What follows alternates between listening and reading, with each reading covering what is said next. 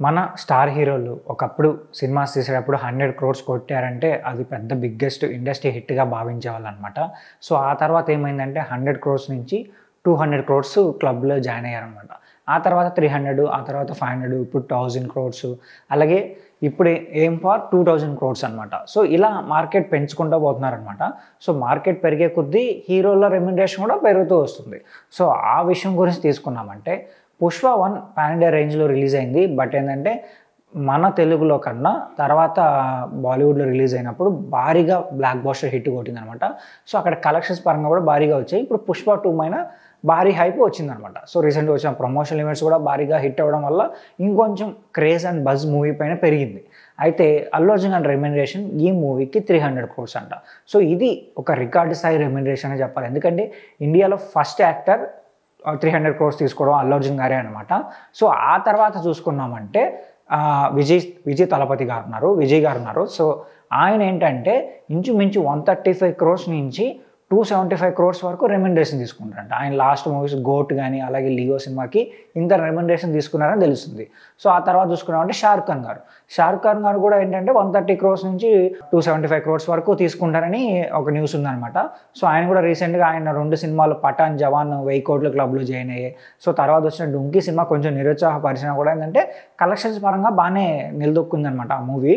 But ఆ తర్వాత list చూసుకున్నామంటే Rajinikanth గారు ఉన్నారు. సో, రజనీకాంత్ గారు 125 క్రోర్స్ నుంచి 270 క్రోర్స్ వరకు తీసుకుంటారంట. సో, 'జైలర్' సినిమా కానీ రీసెంట్‌గా వచ్చిన మూవీకి కానీ ఆయన అంత రెమ్యునరేషన్ తీసుకున్నారనమాట. సో, తర్వాత చూసుకున్నామంటే అమీర్ ఖాన్ గారు ఉన్నారు. సో, అమీర్ ఖాన్ గారికి కూడా ఇంతే రెమ్యునరేషన్ ఉంది. సో, 120 క్రోర్స్ నుంచి 270 క్రోర్స్ వరకు ఆయన తీసుకుంటారు. బట్ ఏంటంటే అమీర్ ఖాన్ గారికి రీసెంట్‌గా వచ్చిన మూవీస్ 'లాన్ సింగ్ చద్దా' కూడా పెద్దగా హిట్ అవ్వలేదన్నమాట. సో, ఆయన సినిమాలు కూడా ఇప్పుడు పెద్దగా కమర్షియల్‌గా పెద్ద సక్సెస్ అవ్వలేదు. సో, తర్వాత లిస్ట్‌లో మనం చూసుకున్నామంటే ప్రభాస్ గారు 100 కోట్ల నుంచి 200 కోట్ల వరకు తీసుకుంటారు. ఆ తర్వాత సల్మాన్ ఖాన్ గారు ఉన్నారు. సల్మాన్ ఖాన్ గారు కూడా ఏంటంటే 100 నుంచి 150 క్రోర్స్ వరకు తీసుకుంటారు. అలాగే అజిత్ గారు ఉన్నారు. అజిత్ గారు కూడా అదే రెమ్యునరేషన్ మేబీ 165 క్రోర్స్ వరకు తీసుకోవచ్చు. 100 నుంచి 165 క్రోర్స్ వరకు తీసుకోవచ్చు అంట. తర్వాత చూసుకున్నామంటే కమల్ హాసన్ గారు ఉన్నారు. కమల్ హాసన్ గారు కూడా ఏంటంటే 100 నుంచి 150 క్రోర్స్ వరకు తీసుకుంటారంట. ఇంకా లాస్ట్‌లో చూసుకున్నామంటే అక్షయ్ కుమార్ గారు ఉన్నారు. అక్షయ్ కుమార్ ఏంటంటే 65 క్రోర్స్ నుంచి మేబీ 145 క్రోర్స్ వరకు ఆయన తీసుకోవచ్చని న్యూస్ వస్తుందనమాట.